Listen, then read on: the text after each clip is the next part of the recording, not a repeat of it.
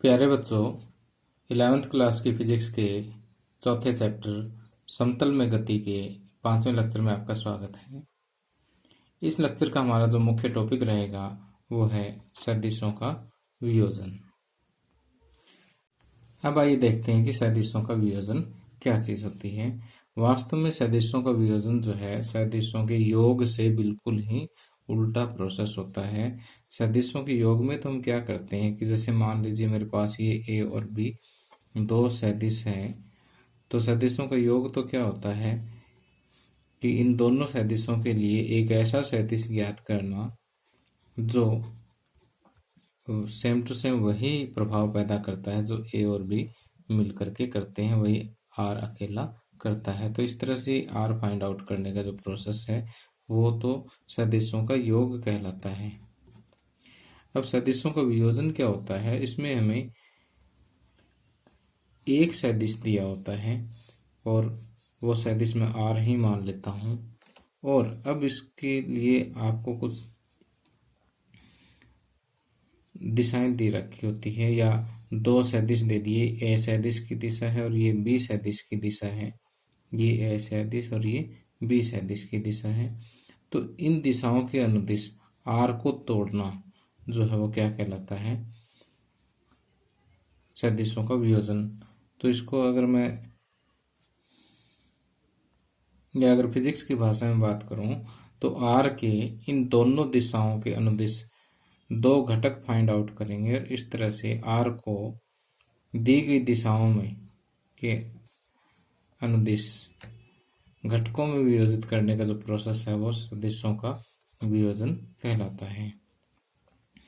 तो जैसे मान लीजिए कि ये ओ पी क्यू आर, इसको मैं नाम दे देता हूँ। तो ओ क्यू जो है वो पी का ए के अनुदिश एक घटक है। इसी तरह से ओ पी क्यू, इसको मैं आर की बजाय एस कह देता हूँ, चलो, क्योंकि आर तो यहाँ पे हमने हम दे रखा है। और इसी तरह से ओ एस जो है वो आर का बी के अनुदिश एक घटक है। ठीक, तो यहाँ पर मैं ये कह सकता हूँ कि ओ क्यू जो है वो ए का कुछ गुणा है, और वो मैं कहता हूँ कि लैम्डा गुणा है। लैम्डा कोई भी वास्तविक संख्या है। और ओ एस जो है वो बी का कुछ गुणा है, और उसको मैं म्यू कह देता हूँ। ये ग्रीक भाषा के शब्द हैं तो इनसे आपको घबराने की आवश्यकता नहीं है। ठीक, तो यहाँ पर हम पूरे आर वेक्टर को O Q plus O S के रूप में लिख सकते हैं, यानी R vector will be equal to lambda A vector plus mu B vector. Okay, तो यहाँ से आप समझ गए होंगे कि किसी सदिश का वियोजन जो है दी गई दिशाओं में उस सदिश के घटक ज्ञात करना होता है। ठीक, तो यहाँ पर एक घटक लैम्डा ए और दूसरा घटक लैम्डा म्यू बी है। ओके, एक घटक लैम्डा ए और दूसरा घटक म्यू बी है। ओके, आप चाहो तो इसे इन घटकों को जो है, ये तो हमने समांतर चतुर्भुज विधि से प्राप्त किया था, इसी तरह से आप त्रिभुज के नियम से भी ज्ञात कर सकते हैं। जैसे मान लीजिए आर वेक्टर है, अब ये ए वेक्टर की दिशा है तो इधर ए वेक्टर की दिशा लगा दीजिए, इधर बी है तो यहाँ पर बी की दिशा लगा दीजिए। तो अब देखिए कि ये जो एक और ये दो सदिश हैं, तो यहाँ पर इस डायरेक्शन में क्या था, ए सदिश था, और इधर क्या था, बी सदिश। तो ये पूरा का पूरा यहाँ से यहाँ तक ये लैम्डा ए और ये पूरा का पूरा म्यू बी है। ओके, अब भी R is equal to lambda A plus mu B कह सकते हैं। ओके, अब आगे देखते हैं सदिशों का लंबवत या समकोणीय घटकों में वियोजन। अब देखिए, मान लेते हैं कि हमारे पास ये एक सदिश है ए सदिश, इसको हम नाम दे देते हैं, और इसको मान लेते हैं कि ओ आर द्वारा निरूपित करते हैं। यदि मैं ए सदिश को ऐसे घटकों में वियोजित करता हूं जो एक दूसरे के क्या हो, लंबवत हो। तो ऐसे घटक,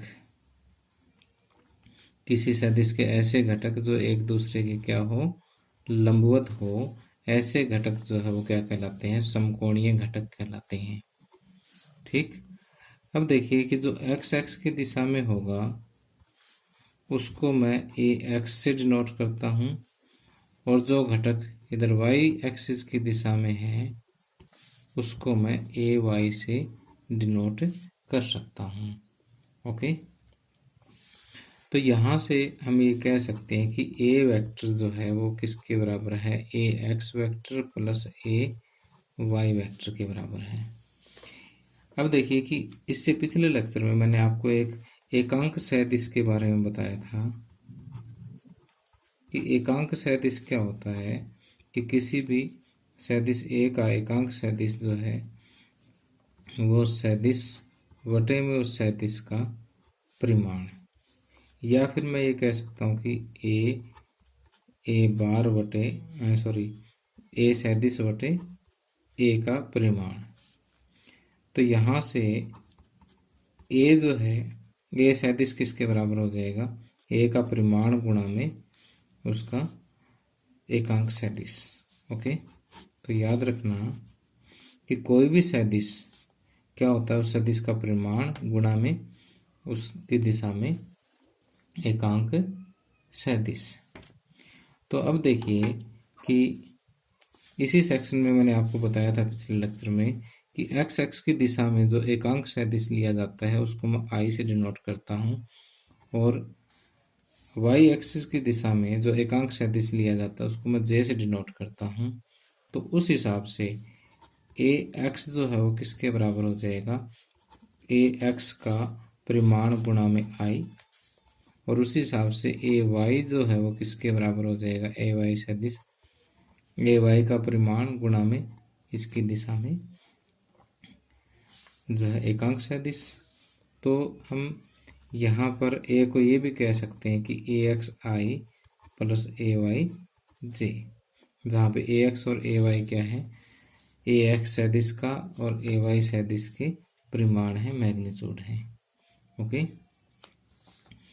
तो याद रखें कि जब भी हम किसी सदिश ए को दो घटकों में, दो समकोणीय घटकों में विभाजित करते हैं तो ए को हम इस तरह से लिख सकते हैं कि A X I plus A Y J. Okay.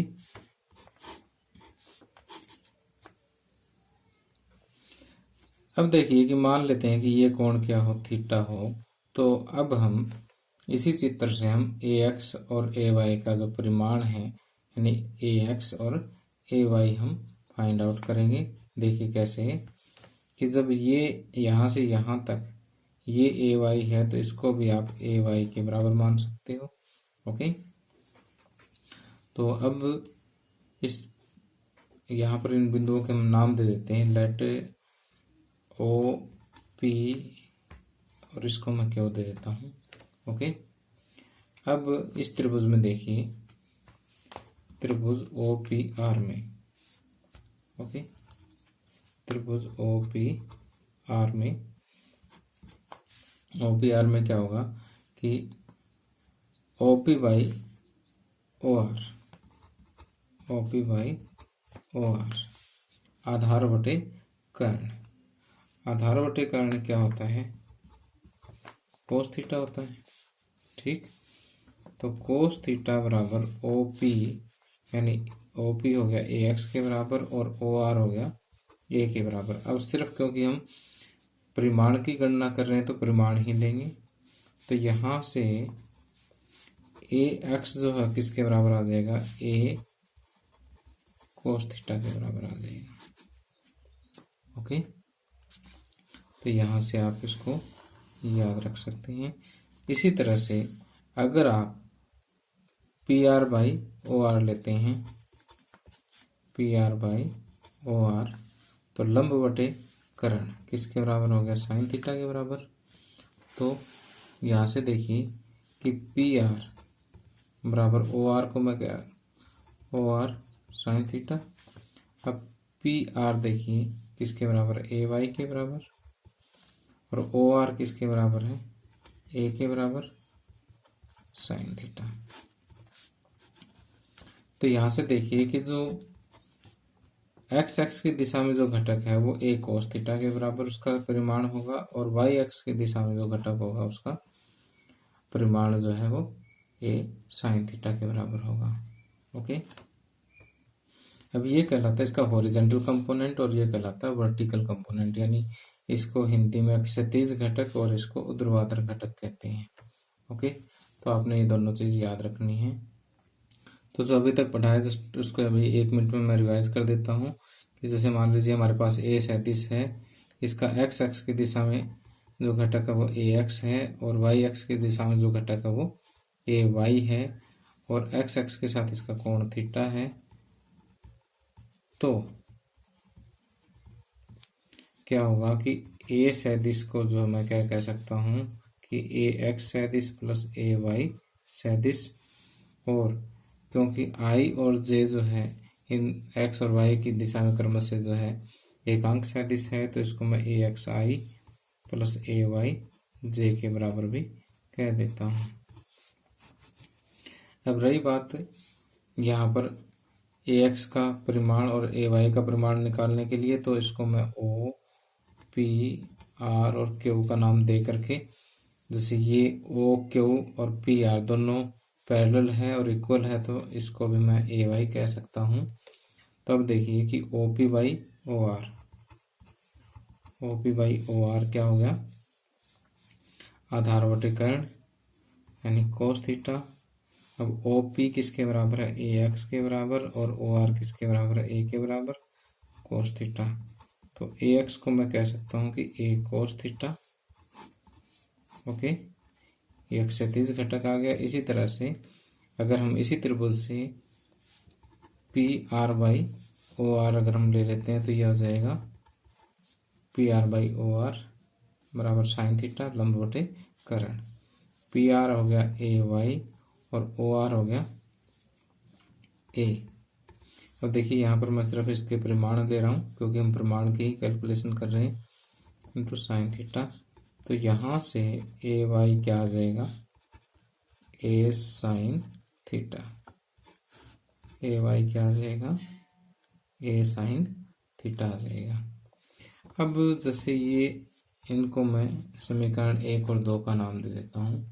अगर इन दोनों को मैं स्क्वायर एंड ऐड कर देता हूँ, दोनों का वर्ग करके जोड़ने पर 1 व 2 का वर्ग करके जोड़ने पर क्या होगा कि A X square plus A Y square is equal to A square cos square theta और A square sine square theta. हम स्क्वायर करके दोनों तरफ लेफ्ट हैंड साइड को लेफ्ट हैंड साइड में जोड़ दिया, राइट हैंड साइड को राइट हैंड साइड में। अब राइट हैंड साइड में देखिए कि ए स्क्वायर कॉमन ले सकते हैं आप, कोस square theta plus sign square theta. Okay, कोस square theta plus sign square theta एक होता है। तो यहाँ से आपने देखा कि ए स्क्वायर बराबर क्या आ गया, ए X square plus A Y square, और ए आया ए एक्स प्लस ए वाई का स्क्वायर अंडर दी रूट, यानी इधर से स्क्वायर हटेगा इधर क्या लग जाएगा, वर्गमूल। तो देखिए कि यहाँ पर ए का परिमाण जो है वो क्या होगा, ए एक्स के परिमाण का स्क्वायर प्लस ए वाई के परिमाण का स्क्वायर। ओके, तो ये सारा कुछ मैंने आसान भाषा में नोट्स में लिखा हुआ है, आप चाहो तो यहाँ से देख सकते हैं, और नोट्स का लिंक जो आपको वीडियो के डिस्क्रिप्शन में मिल जाएगा। अब देखिए कि यहाँ से अगर आपको ये एंगल थीटा फाइंड आउट करना हो तो कैसे फाइंड आउट करेंगे, बिल्कुल आसान है, उसी ट्राइंगल का ही यूज करेंगे कि P R by O P, P R by O P लंब बटे आधार किसके बराबर होता है, टेंजेंट थीटा के बराबर। तो यानी टेंजेंट थीटा जो है पी आर का मतलब ए वाई और ओ पी का मतलब ए एक्स। ठीक, तो यहाँ से आप थीटा फाइंड आउट कर सकते हैं। Theta is equal to tangent inverse A Y by A X. Okay, इस फार्मूले का यूज करके आप ये थीटा भी फाइंड आउट कर सकते हैं। अब आगे आता है कि सदिश का लंबवत घटकों में त्रिविमीय वियोजन। त्रिविमीय वियोजन का अर्थ ये है कि देखिए हमारे पास ये 3 एक्सिस है। कौन कौन से? एक्स एक्स, इसको आप वाई एक्स मान सकते हैं, और ये है जेड एक्स। अब देखिए कि आपको एक सदिश दे रखा है। इस सदिश को मैं ए नाम दे देता हूं।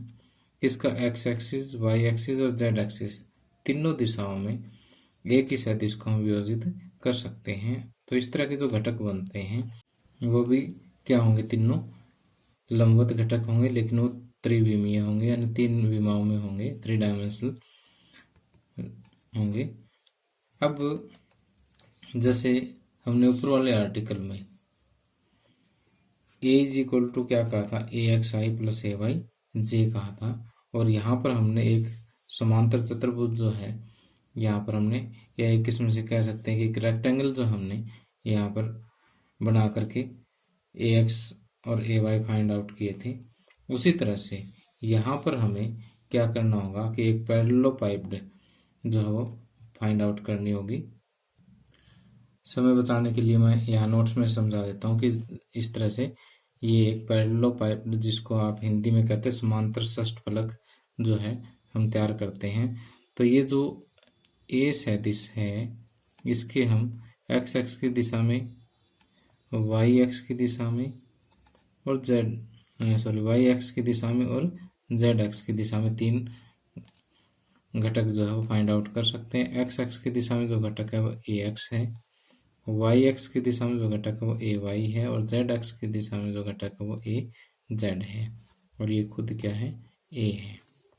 ठीक, तो अब देखिए कि एक्स एक्स की दिशा में जो एकांक सदिश है वो आई है, वाई एक्सिस की दिशा में जो एकांक सदिश है वो जे है, और जेड एक्स की दिशा में जो एकांक सदिश है वो के है। ओके, एक बार यहाँ से साफ साफ देख लीजिए कि एक्स एक्स की दिशा में जो एकांक सदिश है वो आई, वाई एक्सिस की डायरेक्शन में जे, और जेड एक्सिस की डायरेक्शन में एकांक सदिश है वो के है। ठीक, और इस तरह से पैरेललोपाइप्ड हमने बना करके जो हमने घटक बनाए हैं वो कौन कौन से हैं? ए एक्स, ए वाई और ए जेड। तो यहाँ पर मैं ए एक्स को क्या कह सकता हूँ? ए एक्स का मैग्नीट्यूड गुणा में आई। ए वाई को कह सकता हूँ ए वाई का magnitude into J. A Z को कह सकता हूँ कि ए जेड का मैग्नीट्यूड यानी परिमाण इंटू के। ओके, अब देखिए कि ए सदिश वो किसके बराबर है? ए एक्स सदिश प्लस ए वाई सदिश प्लस ए जेड सदिश। ओके, तो आप यहाँ पर ए सदिश को लिख सकते हो कि A X I, A Y जे और ए जेड के। ओके, और जैसे हमने ऊपर द्विविमीय में किया था कि ए का जो मैग्नीट्यूड है, ए का जो परिमाण है वो किसके बराबर था? A X square plus A Y square. ठीक उसी तरह से यहाँ पर ये हो जाएगा ए एक्स का square plus A Y square plus A Z square under the root. तो ये आपने याद रखना है। ओके,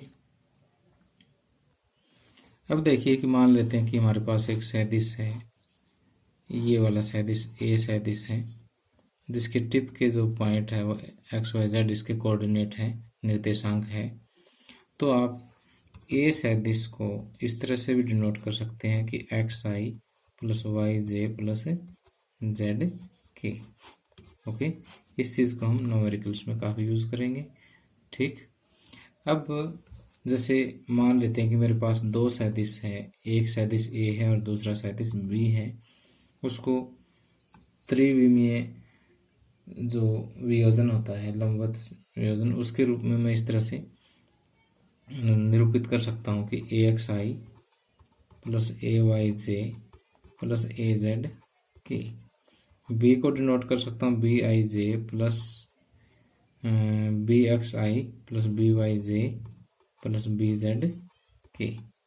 अगर इन दोनों को जोड़ना हो तो मैं कैसे जोड़ूंगा, दोनों को ऐड करना हो तो ऐड करेंगे तो जो आई के कोफिशिएंट है वो आई के कोफिशिएंट में जुड़ेंगे, जे के कोफिशिएंट है वो जे के कोफिशिएंट में जुड़ेंगे और के कोफिशिएंट है वो के कोफिशिएंट। कोफिशिएंट मीन्स कि इसके गुणांक, जैसे ए एक्स ए वाई ए जेड ये आई जे और के गुणांक है। तो देखिए कैसे करते हैं, A X plus B X I, A Y plus B Y J, A Z plus B Z into K. Okay, इसी तरह से अगर इनको घटाना हो तो A vector minus B vector करेंगे तो A X minus B X I, A Y minus B Y J, A Z minus B Z K. Okay, इस तरह से हम इनको घटा भी सकते हैं। तो प्यारे बच्चों, इसी के साथ ही लेक्चर समाप्त होता है। अगले लेक्चर में हम ने जो अभी पिछले 2-3 लेक्चर में जो भी टॉपिक किए हैं उन पर आधारित संख्यात्मक प्रश्न करेंगे, और वो करने से हमारे टॉपिक भी स्ट्रॉन्ग हो जाएंगे और वो संख्यात्मक प्रश्न हमारे एग्जामिनेशन पॉइंट ऑफ व्यू से, कॉम्पिटिटिव पॉइंट ऑफ व्यू से, सभी तरह से काफ़ी इम्पोर्टेंट है। तो आपको मेरा लेक्चर कैसा लगा मुझे ज़रूर बताइएगा। Thank you, have a nice day.